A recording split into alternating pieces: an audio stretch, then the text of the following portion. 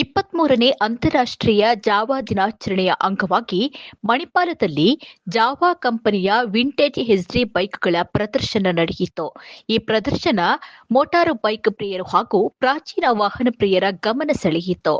Udupi Jawa Yezdi motorcycle club ಮತ್ತು Manipal auto club ವತಿಯಿಂದ ಮಣಿಪಾಲದ interact ಹಾಲ್ ಬಳಿ ನಡೆದ ಈ ಪ್ರದರ್ಶನದಲ್ಲಿ 25ಕ್ಕೂ ಅಧಿಕ ಪ್ರಾಚೀನ ಬೈಕ್ಗಳನ್ನು ಪ್ರದರ್ಶನಕ್ಕೆ ಇಡಲಾಗಿತ್ತು.